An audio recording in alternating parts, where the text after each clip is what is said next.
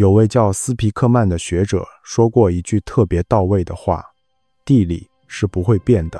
这话听起来简单，但其实点透了人类所有历史大戏的舞台背景。就像另一位历史学家布劳代尔说的，地理环境就像是房子的承重墙，我们历史上那些风云变幻的英雄、战争和帝国，都只是在这栋房子里上演的事件。说白了，地理这股沉默又强大的力量，决定了一个文明是爱种地还是爱航海，决定了一个帝国是向内陆扩张还是向海洋发展，最终也决定了谁能坐上世界霸主的宝座。今天我们就用两个核心角色，陆权和海权，来重新讲述一遍世界历史。要看懂这场陆权与海权的千年大戏，我们得先搞清楚几个基本概念。这可不是什么空洞的理论，而是能帮你瞬间看透国际新闻背后门道的解码器。想象一下，世界历史的舞台上总有两位主角在掰手腕。你可以把陆权国家想象成一个摊大饼的厨师，他的强大来自于他脚下实实在在的土地，他的扩张方式简单粗暴，占领、吞并旁边的地盘，把自己的饼越摊越大。他的核心战斗力自然是威风凛凛的陆军步兵、坦克、骑兵。从古代的波斯帝国到近代沙俄，再到那个堪称陆权巅峰，差点把整个亚欧大陆都踩在脚下的蒙古帝国，都是这个路数。他们的实力基本上看地图上它的颜色有多大一块就知道了。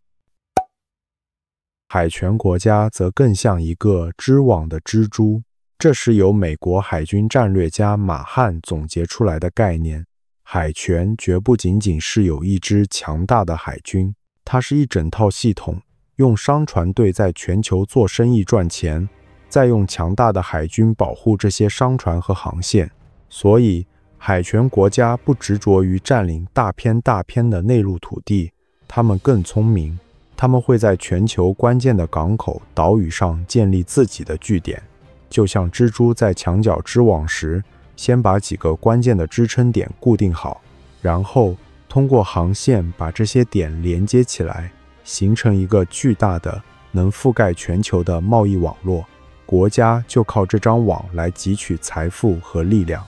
要深入理解这场游戏，你还得知道这三个词：心脏地带。英国地理学家麦金德有个世界岛的说法，他把连在一起的欧亚非大陆看作一个巨大的岛，这个岛屿的中心，那片广袤的不怎么通向大洋的内陆地区，比如蒙古高原、俄罗斯，就是心脏地带。麦金德认为，谁能控制这里，谁就能统治世界。为什么？因为海军开不进去啊。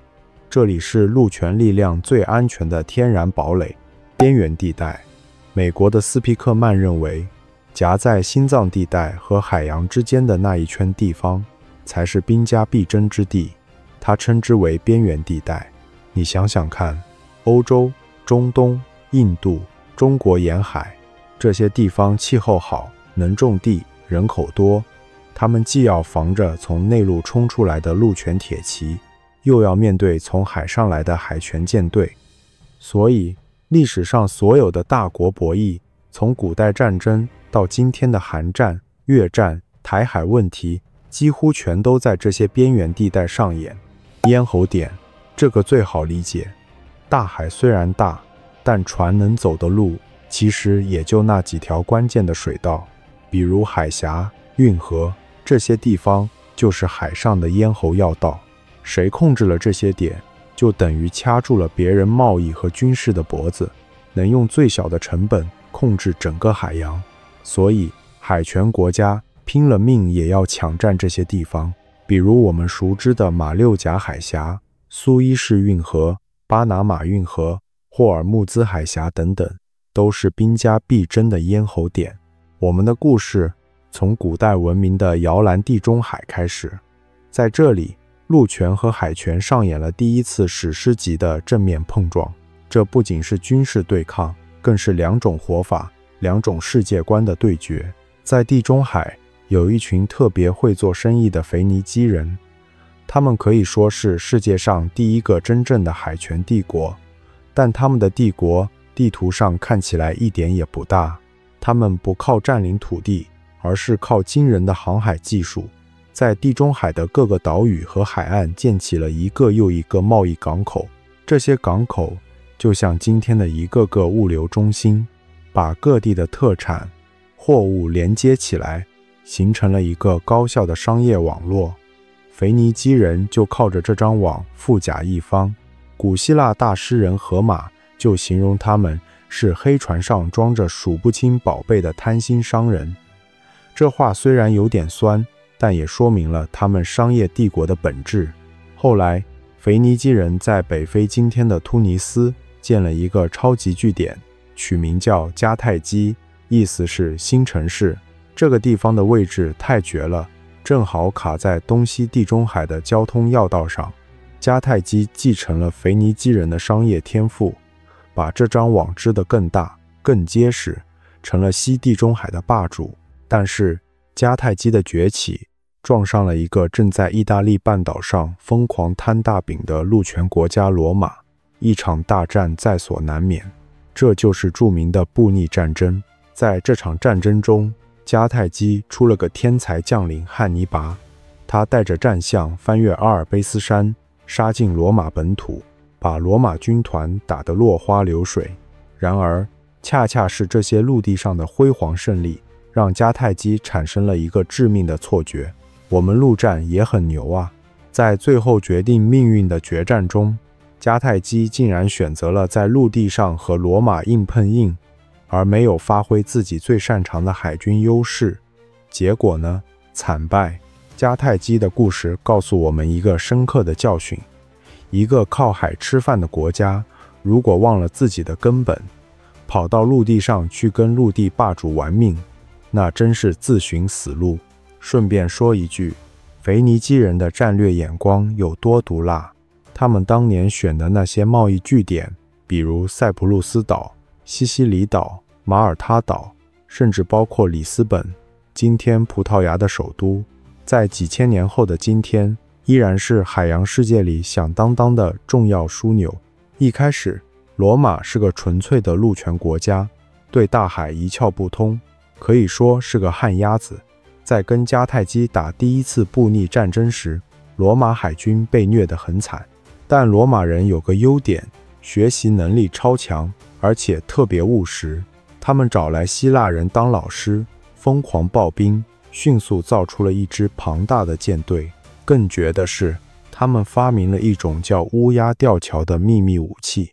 这是个什么东西呢？就是在船头装一个带大铁钩的活动跳板，两船一靠近，罗马人就哐的一声把这个跳板砸到对方船上，勾住。然后他们最精锐的重装步兵就嗷嗷叫着冲过去，把海战硬生生变成了他们最擅长的陆地肉搏战。这个发明完美体现了罗马人那种我不管你什么花里胡哨的航海技术，我就要用我最擅长的方式打败你的陆权思维。最终罗马赢了，成了地中海的霸主，把地中海变成了自家的内湖。但罗马的骨子里依然是个陆权国家，它管理海洋的方式还是靠陆地上强大的军团去威慑。罗马帝国的繁荣也严重依赖从埃及等地通过海路运来的粮食。这种根深蒂固的陆权基因，让它始终没能真正转型成一个灵活的海权网络帝国。当后来帝国遭遇瘟疫、人口锐减、内部动乱时，这种僵化的陆权体制就显得力不从心了。罗马的故事留下了一个深刻的启示：控制了海洋，不等于你就是一个真正的海权国家，你得有海权的思维。这个区别在后来的几千年里，将一次又一次地决定帝国的命运。现在，我们把目光从地中海转向遥远的东方，来看看中华帝国这个典型的陆权大国。在欧洲人驾着帆船走向世界之前，历史的主角是那些在亚欧大陆上纵横驰骋的帝国。比如中华帝国和蒙古帝国。海洋对他们来说似乎只是个遥远而次要的存在。中华文明的摇篮黄河流域，从地理上看就有点性格孤僻。为啥这么说呢？因为黄河经由黄土高坡，每年从中游携带至下游的泥沙高达16亿吨，于是大量的泥沙便在河道内沉积下来，逐年抬高河床。为了抵御洪水威胁，沿岸的先民不得不持续加高堤坝。如此一来，河床在堤坝的约束下越淤越高，大堤也随之越筑越高，最终形成了河床平均高出两岸地面4至5米的地上河。地上河的堤坝如同悬在头顶的利剑，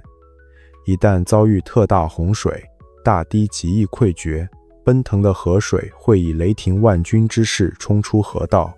淹没村庄与田野，造成毁灭性的灾难。历史上，黄河下游在有记载的2000多年里，决口泛滥多达1590余次，大的改道26次。这种极度不稳定的河道，使得在下游建立一个持久稳定的出海港口，成为不可能完成的任务。所以，中华文明从根上说，就是一个被陆地锁住的文明。它的故事基本都是围绕着内陆展开的。那么，古代中国的核心矛盾是什么？不是航海，而是农耕民族和北方游牧民族的千年战争。中原的汉人辛辛苦苦种地，攒点粮食不容易，北边大草原上的游牧民族天冷地干，种不出庄稼，肚子饿了怎么办？就只能骑着马南下来抢。这场围绕着吃饭问题的冲突贯穿了整个中国古代史。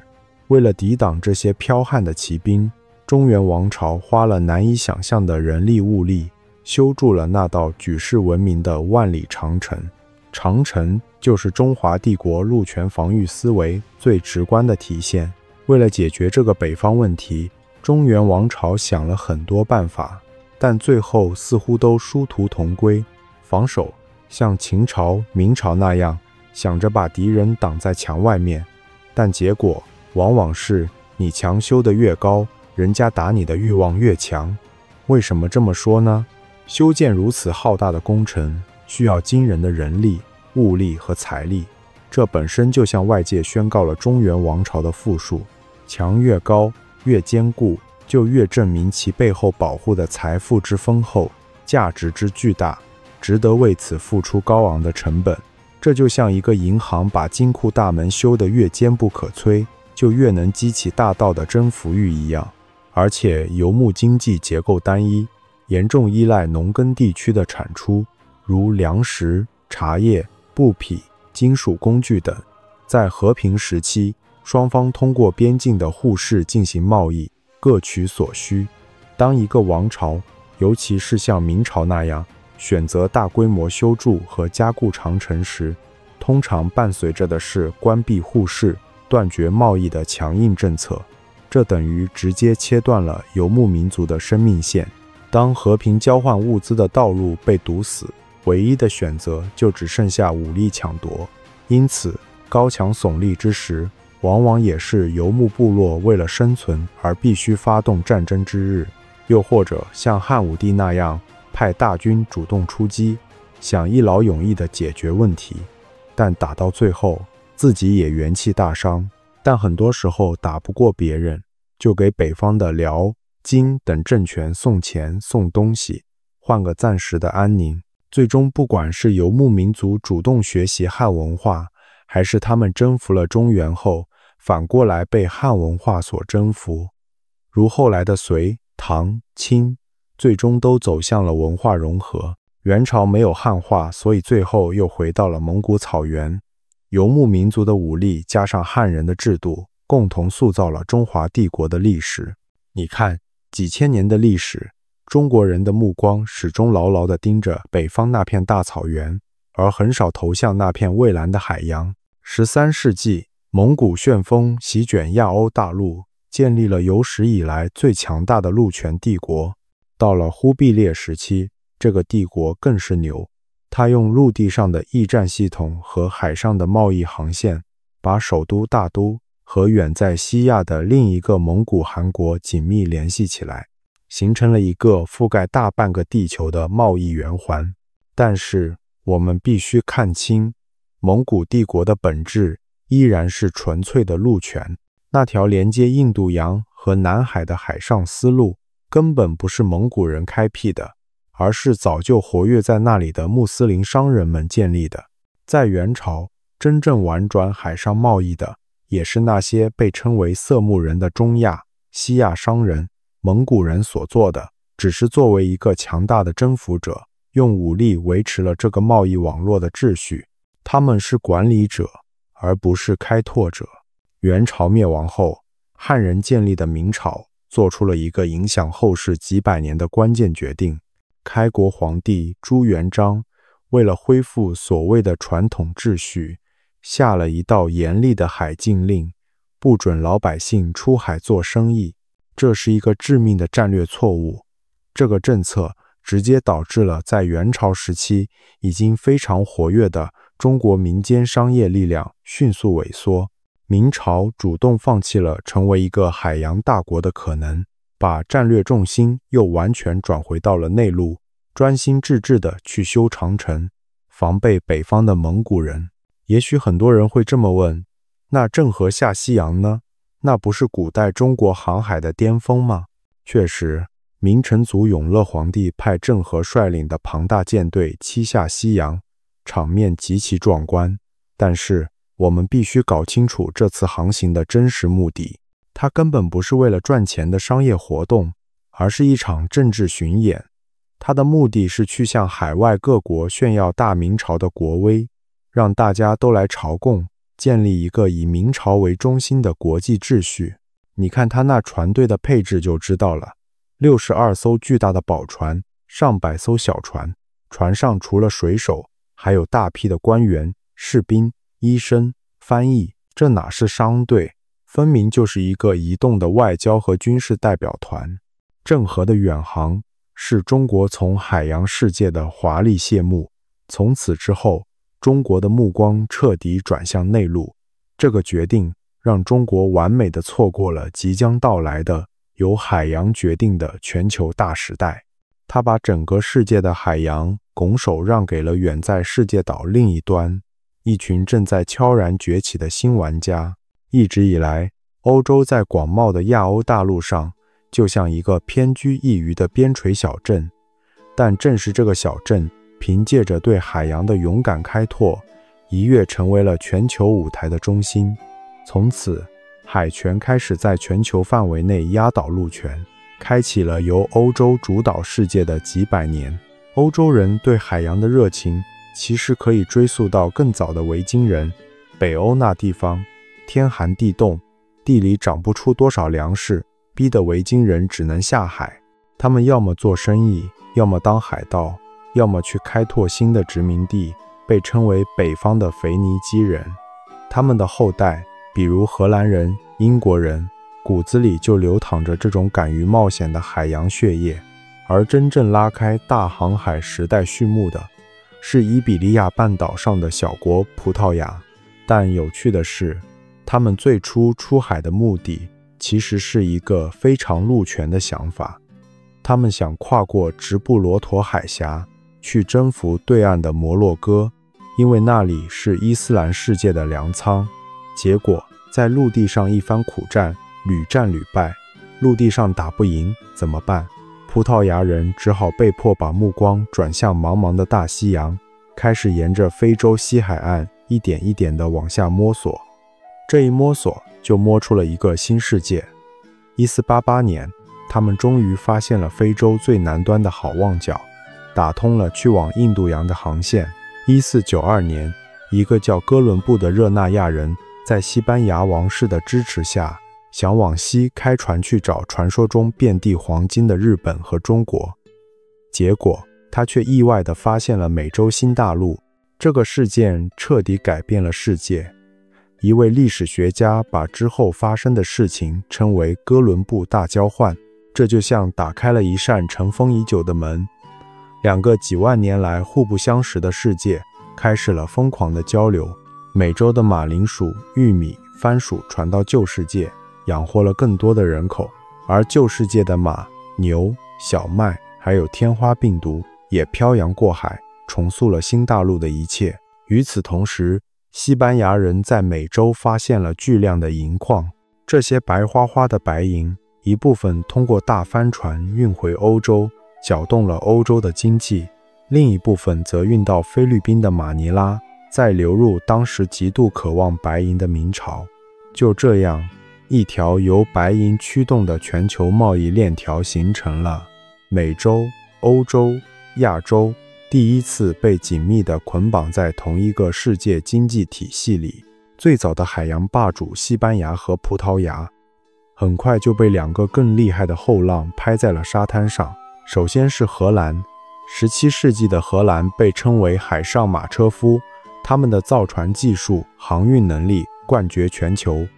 当时信奉天主教的西班牙和葡萄牙想靠教皇的一纸命令就把世界瓜分了。荷兰人不服，他们的法学家格劳秀斯提出了一个影响至今的理念——公海自由。他说，海洋是全人类的共同财富，谁也别想独占。这个理念成了后来所有海洋国家挑战霸权的理论武器。但笑到最后的是英国，英国的崛起之路充满了海盗的狡诈和帝国的野心。它一开始就是个国家级海盗，英国给私掠船发许可证，合法地去抢西班牙的运宝船。1588年，英国在英吉利海峡打败了西班牙的无敌舰队，一战成名。接着又在几次英荷战争中，靠着更强大的海军和更狠的国家战略，打败了商业上的老师荷兰。最后在和法国进行了100多年的全球争霸后，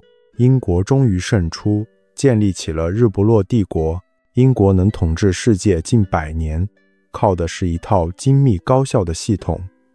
这才是海权模式的终极版。军事上发展出一种叫战列舰的海上巨无霸，侧面排满重炮，用排队枪毙的战术主宰海洋。战略上玩一手绝妙的离岸制衡。这是什么意思？就是英国自己待在英伦三岛上，绝不深陷欧洲大陆的泥潭。他在欧洲大陆上拉一派打一派，让大陆国家互相牵制，确保没有一个国家能强大到可以统一欧洲，从而挑战英国的海上霸权。同时，英国海军牢牢控制着全球所有的咽喉要道，比如苏伊士运河、直布罗陀。经济上凭借工业革命的强大生产力，向全世界卖东西，推行自由贸易，把所有国家都卷入以自己为中心的经济体系。技术上则率先在全球铺设海底电缆，这在当时就相当于建成了全球互联网，让伦敦称成为世界的金融中心，更是信息中心，能实时掌握全球的任何风吹草动。英国建立的这套完美的全球海权体系，在无形中也为自己的接班人铺平了道路。在大西洋彼岸，他最成功的那个孩子正在学习和酝酿一种更强大的海洋主宰方式。故事来到20世纪，全球霸权的接力棒从精疲力竭的英国手中交到了朝气蓬勃的美国手中。我们将看到美国是如何从一个专注于自己大陆的国家华丽转身，成为历史上最强大的海权帝国，并建立了一套我们至今都生活在其中的全球海洋秩序。19世纪末，美国人完成了西部大开发，疆域拓展至太平洋。此时的美国已经是一个工业产值世界第一的肌肉男，但他发现光靠自己国内的市场已经消化不掉自己生产的那么多东西了。于是一个很自然的想法产生了，我们得去海外找市场。这就是美国从一个陆权国家转向海权国家的根本原因，经济发展的内在需求。就在这个关键时刻，一个叫马汉的美国海军军官写了一本叫《海权对历史的影响》的书。简直就是为美国的转型量身定做的武功秘籍。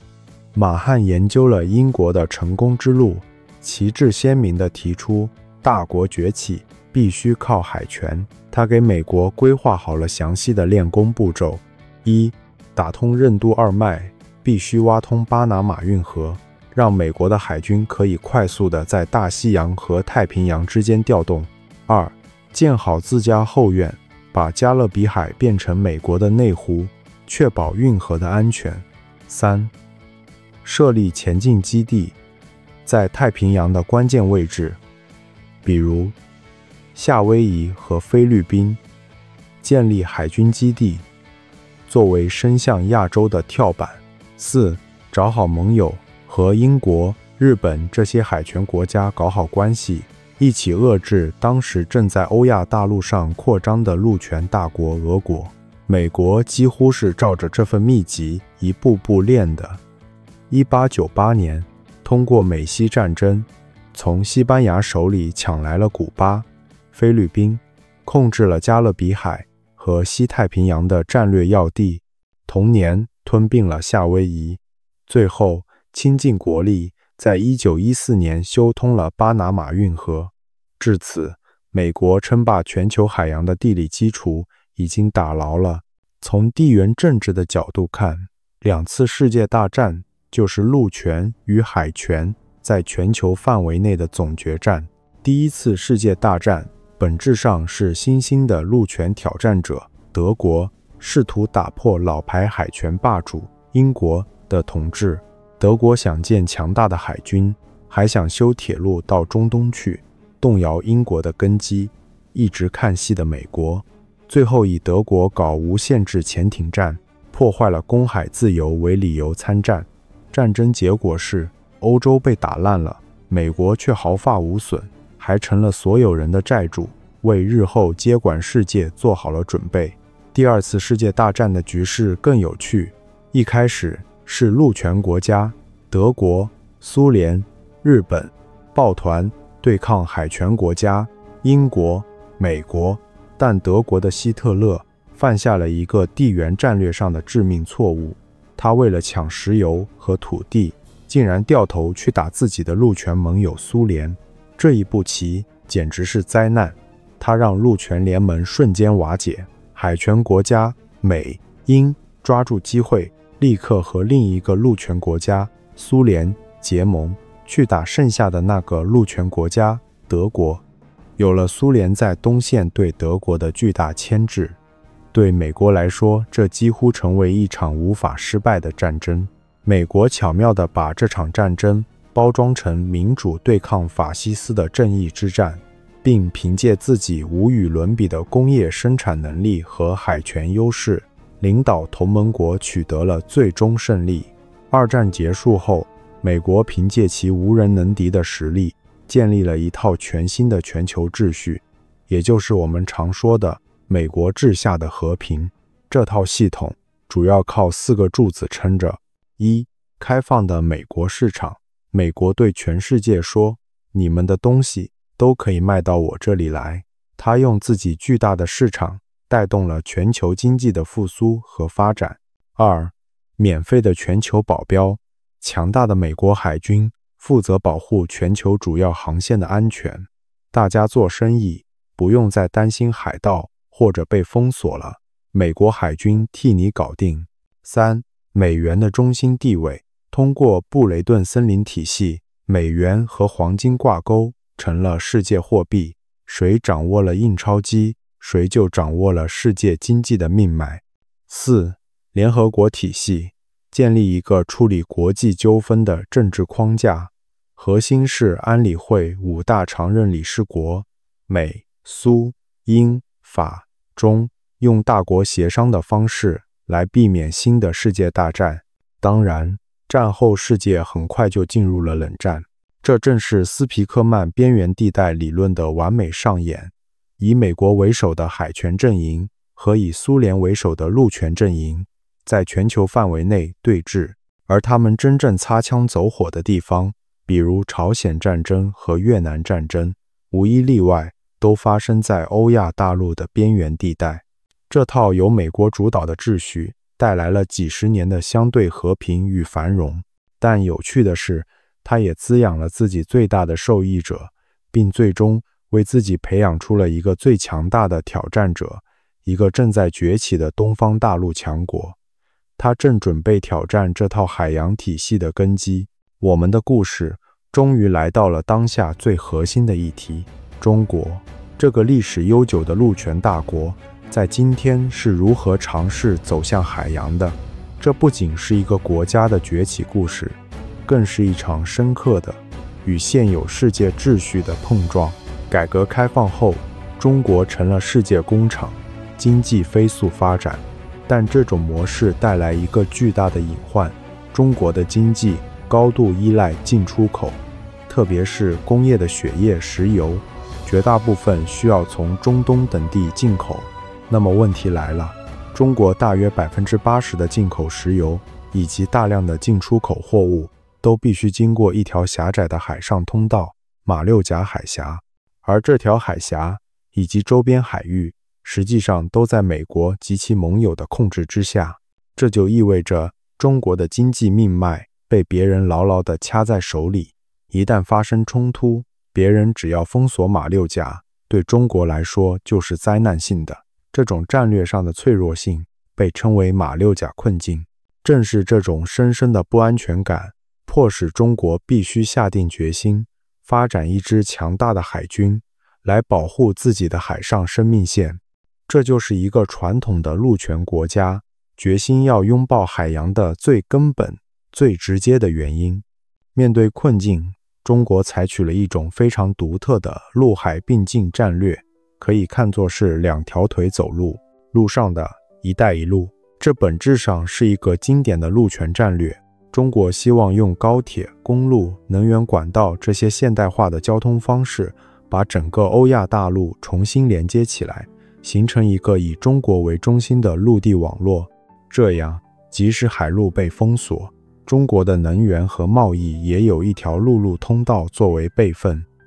这可以说是对古老丝绸之路的现代升级版。在海洋方向，中国的海军战略深受岛链理论的影响。这个理论把西太平洋上的岛屿看作是两条封锁。中国的链条，第一岛链从日本、冲绳到台湾、菲律宾；第二岛链从日本本土到关岛、巴布亚新几内亚。中国的核心目标就是想办法突破第一岛链的封锁，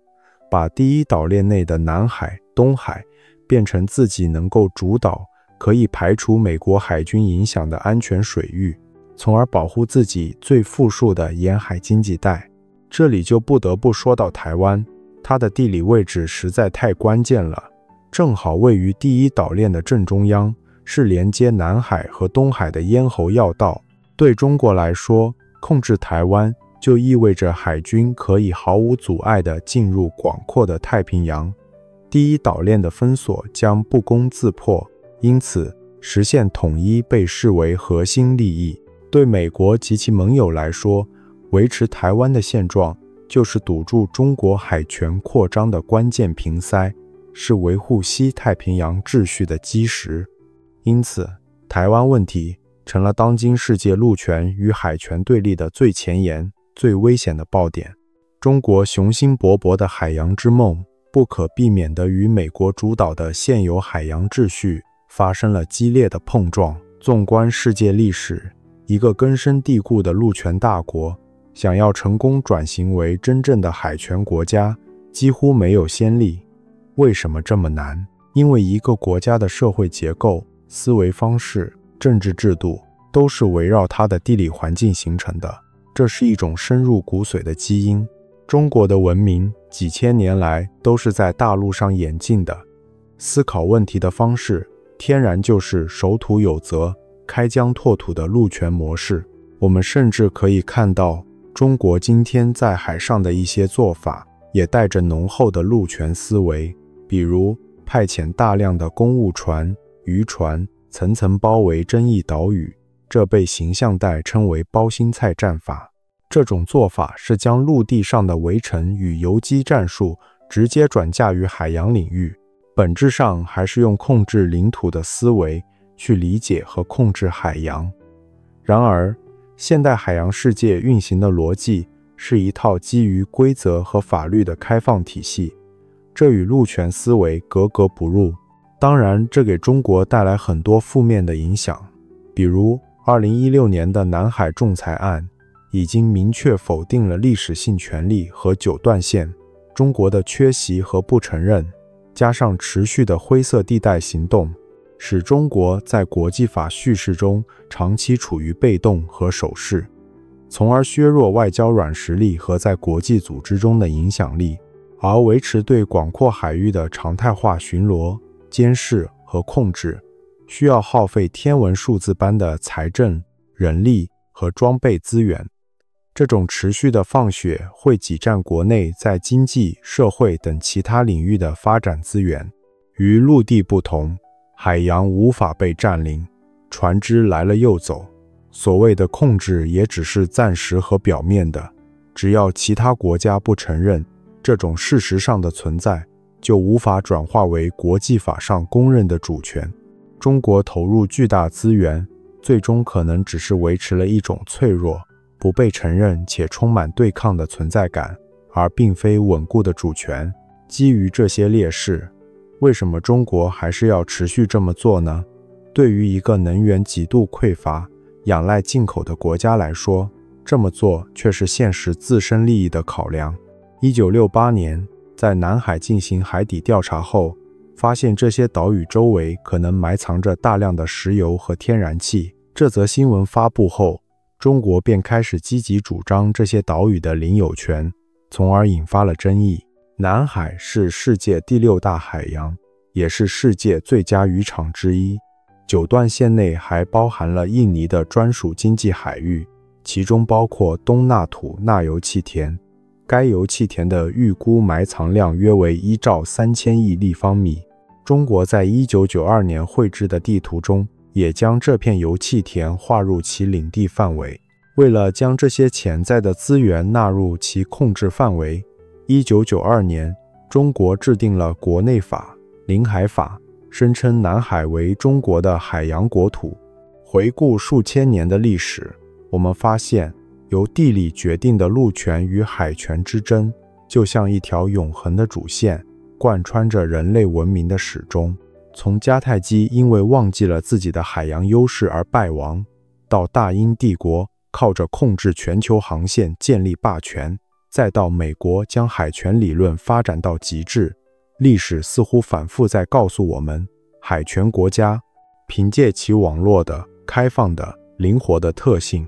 在长期的全球竞争中往往能占据上风。今天，这场古老的游戏进入了新的篇章。中国这个强大的、传统的陆权巨人正在努力地走向海洋，他的雄心正在深刻地挑战着由美国主导的全球秩序。这不仅仅是两个国家的实力比拼，更是两种根本不同的世界观的再次碰撞。强调控制与边界的思维，另一种是海洋式的，强调开放与规则的思维。这场古老而又全新的陆海博弈，将在21世纪以我们前所未见的方式继续上演，而它的最终结局，毫无疑问，将决定我们这个世界的未来。